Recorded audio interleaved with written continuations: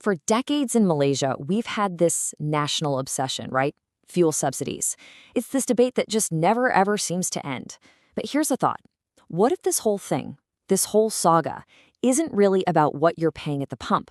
What if it's actually a huge distraction from something way bigger and a lot more personal? I mean, for as long as most of us can remember, this has just been the reality. Cheap petrol, it feels like a birthright, doesn't it? It's as Malaysian as nasi lemak.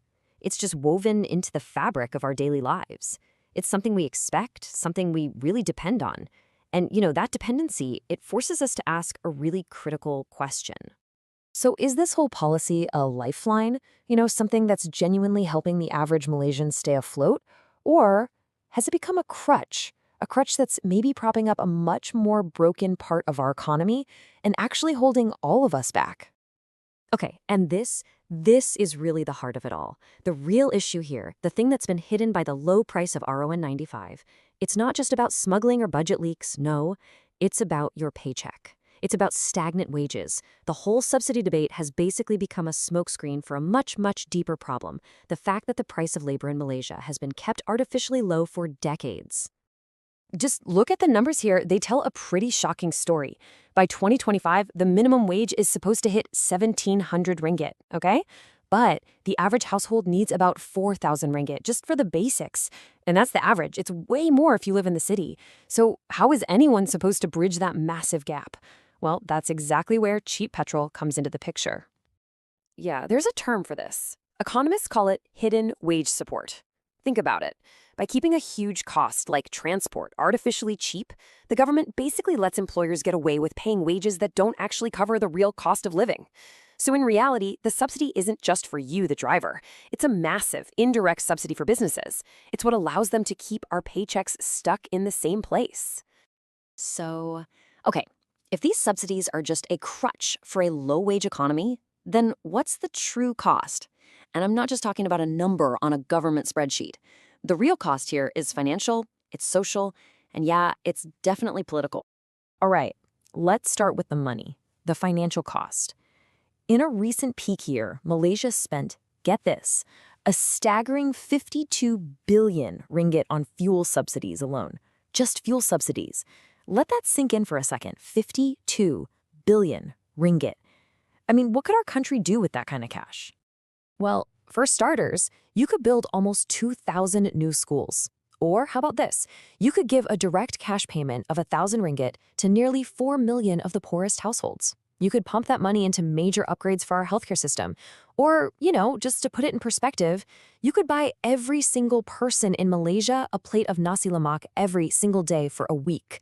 That is what we're giving up. That's the opportunity cost. Okay, so that's the money. Now let's talk about the social cost. You'd think, right, that a subsidy this huge would be designed to help the people who need it most, the poor. But when you actually look at who's getting the biggest piece of this 52 billion ringgit pie, a very, very different picture starts to emerge.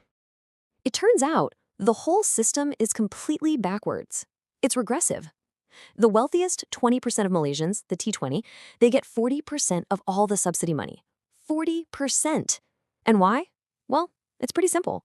They tend to own more cars, they have bigger cars, and they drive a lot more. Meanwhile, the B40, the bottom 40%, the people who really need the help, they get the smallest slice of the pie.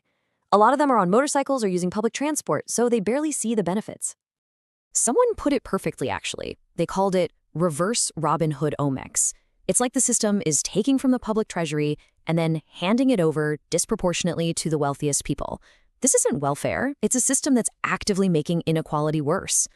So the big question is, why haven't we fixed this? I mean, it seems so obvious, right? Well, if you look back at the history of trying to reform this thing, you see a very clear pattern. People have tried. Back in 2014, Najib's government used low oil prices as a chance to float the fuel price, and they saved billions. But as soon as global prices went up again, poof, the political will just vanished. Then Pakatan Harapan came in with big promises in 2018, but they got bogged down too. And now here we are again with another attempt at a targeted approach. But the fundamental problem, it's still there. And the reason for this paralysis, it's actually pretty simple. Subsidies have become political currency. Let's be real. For any government, it is way, way easier to keep petrol cheap and win votes than it is to do the hard, painful, long-term reforms that the country actually needs. They're basically trapped.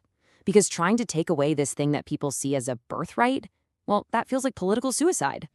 So are we just stuck in this loop forever? Is this it? Well, maybe not. Other countries have been in this exact same spot, and they've found a way out. And for a really good example, we don't have to look far. We just need to look next door at Indonesia. And the difference in how they handled it is absolutely key. See, when Indonesia cut its fuel subsidies, they didn't just rip the Band-Aid off and walk away. No, it didn't happen in a vacuum. They paired the subsidy cuts with direct cash transfers to 19 million poor households. And this is the crucial part. They also pushed policies to raise the minimum wage at the same time. They got it. They understood that you just can't raise people's cost of living without also raising their incomes. And this really gives us a potential path forward, a kind of blueprint for Malaysia. First, phase out the subsidies slowly, gradually. Don't shock the system. Second, take every single ringgit you save from that and redirect it as direct cash aid to the B40 and M40 groups. Third, and this is the big one, the most critical step, you have to link the entire reform to a national policy of real wage growth.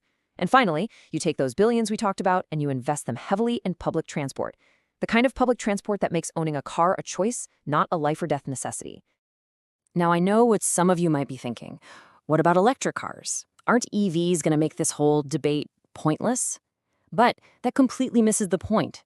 You can't electrify poverty. An electric car that costs over 100,000 ringgit is completely useless to a family that's struggling to get by on less than 3,000 a month. If we don't fix the core problem, low wages, then new tech just becomes another shiny toy that most people can't afford. When you look at it this way, it's clear we've been asking the completely wrong question for like 40 years. This whole debate, it's not really about whether petrol should be 2 ringgit or 3 ringgit. The real question, the one we need to answer, is about the value we place on Malaysian labor. It really is time to decide. Do we want an economy that subsidizes engines, or do we want one that actually invests in its people?